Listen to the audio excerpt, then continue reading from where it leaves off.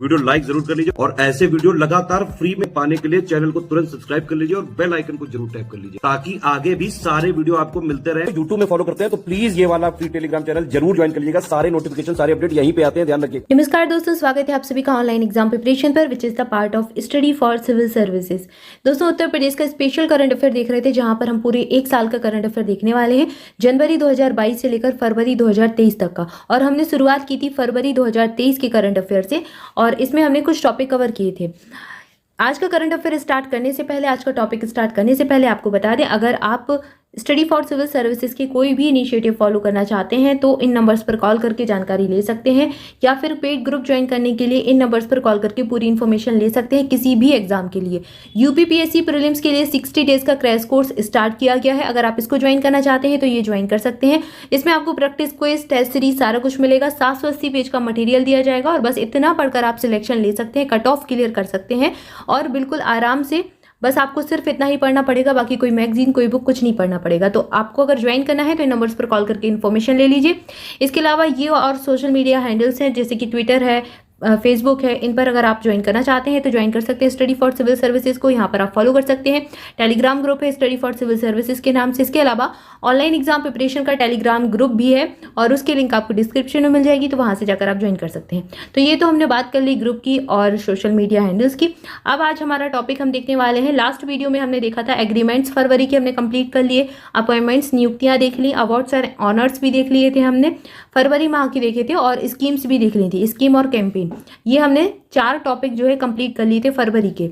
आज फरवरी के हम समिट्स देखेंगे। फरवरी महीने में जो भी सम्मेलन आयोजित हुए उनको देखने वाले हैं। ये यूपीजी के यूपी करंट अफेयर रहेगा, उत्तर प्रदेश का समसामयिकी आपको यहाँ पर पूरी मिलेगी एक साल की। तो फरवरी से यहाँ पर स्टार्ट किया था, तो चलिए स्टार्ट करते हैं। आज की समिट्स देखते हैं।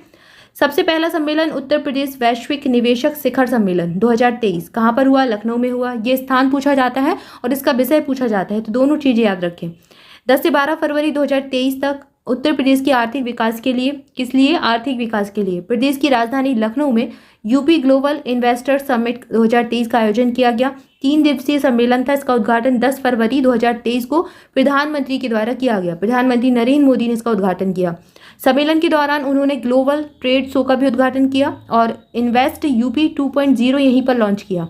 वर्तमान में भारत में कुल मोबाइल उत्पादन में से 60% से अधिक उत्पादन उत्तर प्रदेश में होता है। यहाँ पर मोबाइल उत्पादन की बात हो रही है और उत्तर प्रदेश मोबाइल कंपोनेंट्स के निर्माण में भी अग्रणी राज्य के रूप में है।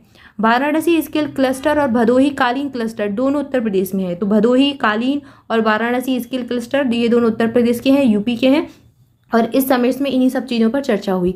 ठीक है, तो कहाँ पर हुआ? लखनऊ में हुआ। 3 दिवसीय था। नरेंद्र मोदी जी ने उद्घाटन किया 10 फरवरी के दिन। 10 से 12 फरवरी, 10, 11, 12 3 दिन चला और यहाँ पर कुछ चीज़ें जो है लॉन्च की गई, जैसे यूपी इन्वेस्ट यूपी 2.0 यहाँ पर लॉन्च हुआ। ग्लोबल ट्रेड शो भी उद्घाटन यहाँ पर किया गया। 60% से ज़्यादा उत्पादन मोबाइल का यूपी में किया जाता है, ये बताया गया। मोबाइल के कंपोनेंट में के निर्माण में यूपी अग्रणी है। तो ये सारे पॉइंट याद रखने हैं आपको। अगला जो सम्मेलन है, भारत की G20 अध्यक्षता में पहली डिजिटल इकोनॉमी वर्किंग ग्रुप की बैठक कहाँ पर हुई? लखनऊ में हुई। और ये बहुत इंपॉर्टेंट है, G20 से हर एक एग्जाम में प्रश्न पूछे जा रहे हैं। 2023 के लिए G20 ग्रुप 20 की अध्यक्षता भारत को मिली है, इसलिए भारत में विभिन्न जो सम्मेलन G20 से रिलेटेड हो रहे हैं उन सब के बारे में पूछा जा सकता है। स्पेशली जो यूपी में होंगे उनके बारे में पूछेंगे ही पूछेंगे। तो ये जो है लखनऊ में हुआ, किसका? पहली डिजिटल इकोनॉमी वर्किंग ग्रुप की जो बैठक हुई लखनऊ में हुई। भारत की G20 अध्यक्षता में इलेक्ट्रॉनिकी और सूचना प्रौद्योगिकी मंत्रालय 13 फरवरी से 15 फरवरी तक लखनऊ उत्तर प्रदेश में पहली डिजिटल इकोनॉमी वर्किंग ग्रुप की बैठक का आयोजन किया गया। तो ये बहुत इंपॉर्टेंट है। इसके बाद इसी में जो है पहले DETF कहा जाता है इसको, जो ये जो है DEWUG, इसको जो है पहले DETF कहा जाता था, डेफ्ट कहा जाता था इसको पहले। और 2017 में जर्मनी की G20 प्रेसिडेंसी में इसका गठन हुआ था। तो ये जो सम्मेलन है digital economy group, digital economy जो ये ग्रुप है इसको पहले क्या कहा जाता था? DETF कहा जाता था और अब इसका नाम बदल कर करके क्या कर दिया? Digital economy group working group कर दिया। डिजिटल इकोनॉमी वर्किंग ग्रुप हो जाएगा इसका नाम। ठीक है, तो ये इसका फुल फॉर्म भी पूछा जा सकता है। इसका गठन कहाँ पर हुआ था ये चीज़ याद रखें। 2017 में जर्मनी की G20 प्रेसिडेंसी में इसका गठन किया गया था। 3 दिवसीय कार्यक्रम में G20 देश, 9 आमंत्रित देश थे और 5 अंतर्राष्ट्रीय संगठन भी इसमें शामिल हुए। अप्रैल, जून, अगस्त में क्रमशः हैदराबाद, पुणे, बेंगलुरु में डिजिटल इकोनॉमी वर्किंग ग्रुप के 3 और कार्यक्रम आयोजित होंगे। तो पहली जो बैठक हुई लखनऊ में हुई, इसके बाद अब हैदराबाद में होगी, फिर पुणे में, फिर बेंगलुरु में। तो 3 और होनी है, पहले लखनऊ में ही, इसलिए इंपॉर्टेंट है क्योंकि यूपी की राजधानी है लखनऊ। इसके बाद अगली जो समिट है SCO सुप्रीम ऑडिट इंस्टीट्यूशन नेताओं की बैठक आयोजित हुई लखनऊ में ही। 6 फरवरी 2023 को भारत के नियंत्रक और महालेखा परीक्षक जो कैग होते हैं उनके 6ठे संघाई सहयोग संगठन SCO सुप्रीम ऑडिट इंस्टीट्यूशन के नेताओं की बैठक की मेजबानी लखनऊ में आयोजित की गई। इसकी अध्यक्षता जो है लखनऊ में की गई और उत्तर प्रदेश के राज्यपाल जो है आनंदीबेन पटेल, इन्होंने बैठक का उद्घाटन किया। भारत के कैग जो है गिरीश चंद्र मुर्मू। बैठक के मुख्य विषय लेखा परीक्षण में उभरती तकनीकों के उपयोग पर विचार विमर्श किया गया। तो ये इसका विषय था, इसका सब्जेक्ट था इस बैठक का। भारत की 2030 की जो थीम है, वर्ष 2023 के लिए थीम है एक सुरक्षित SCO की ओर, एक सुरक्षित संघाई सहयोग संगठन की ओर। ये इस वर्ष की थीम हो जाएगी। इस संगठन में 8 सदस्य देश हैं और इनका शिष्टमंडल के साथ साथ भारत, कजाकिस्तान, तजाकिस्तान, किर्गिस्तान और उज्बेकिस्तान के लेखा परीक्षाओं ने भाग लिया था। तो इस संगठन में ये सभी देश शामिल हुए थे। ठीक है, तो ये जो बैठक है लखनऊ में आयोजित हुई। इसके पहले भी हमने देखी तो G20 की लखनऊ में हुई थी और वैश्विक निवेशक शिखर सम्मेलन भी लखनऊ में ही आयोजित किया गया था। तो ये प्रमुख हमने समिट जो है उत्तर प्रदेश में जो फरवरी के महीने में आयोजित हुई उनको देखा। इसके बाद स्पोर्ट्स से रिलेटेड न्यूज़ देख लेते हैं।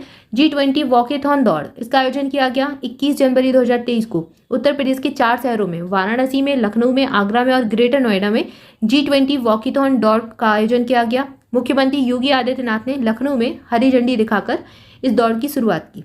इसके बाद 5वां खेलो इंडिया यूथ गेम 2023, इसका आयोजन मध्य प्रदेश और नई दिल्ली के 8 शहरों में 30 जनवरी से 11 फरवरी 2023 तक किया गया। सबसे पहला जो हुआ था महाराष्ट्र में, इसमें 56 गोल्ड मेडल, 55 रजत सिल्वर मेडल और 50 कांस्य पदक मिले थे। टोटल 161 पदक मिले थे। दूसरा जो खेलो इंडिया हुआ वो हरियाणा में हुआ था, यहाँ पर 128 मेडल मिले थे। तीसरा मध्य प्रदेश में हुआ और यहाँ पर 96 पदक मिले थे। और चौथा जो है ये उत्तर प्रदेश में, जहाँ पर 36 पदक मिले। ठीक है, इसके बाद 5वें खेलो इंडिया यूथ गेम का आयोजन 2023 में मध्य प्रदेश और नई दिल्ली के 8 शहरों में 30 जनवरी से 11 फरवरी 2023 तक आयोजित किया जाना है। तो ये जो चौथा वाला था ये जरूर याद रखिए, ये कहाँ पर हुआ था, ये उत्तर प्रदेश में हुआ था। और यहाँ पर 6 स्वर्ण पदक मिले थे, 14 रजत मिले थे, 16 कांस्य पदक मिले थे, टोटल 36 मिले थे।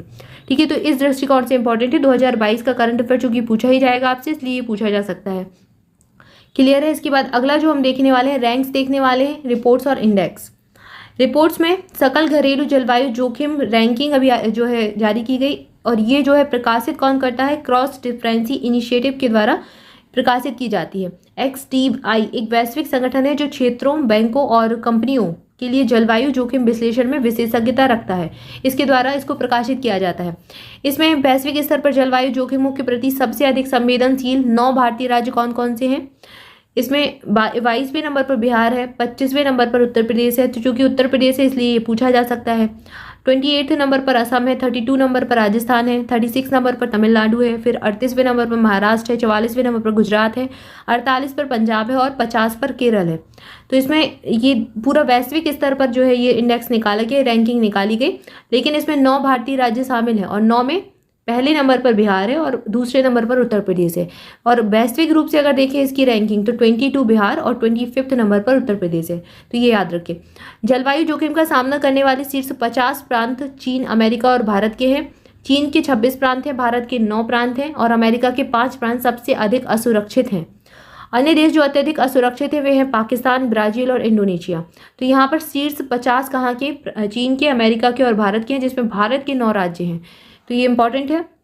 इसके बाद अगला जो हमारा देखेंगे, अगली टॉपिक है लखनऊ में प्रस्तावित स्टार्टअप वैली। इसको देखने वाले हैं और भी जो हमारा करंट अफेयर उसको कवर करेंगे आगे की वीडियो में। आज के लिए इतना ही, तब तक के लिए आप सभी चैनल के साथ जुड़े रहें। चैनल को सब्सक्राइब जरूर कर दें, वीडियो को लाइक जरूर कर दें, कमेंट करके बताएं वीडियो कैसा लगा।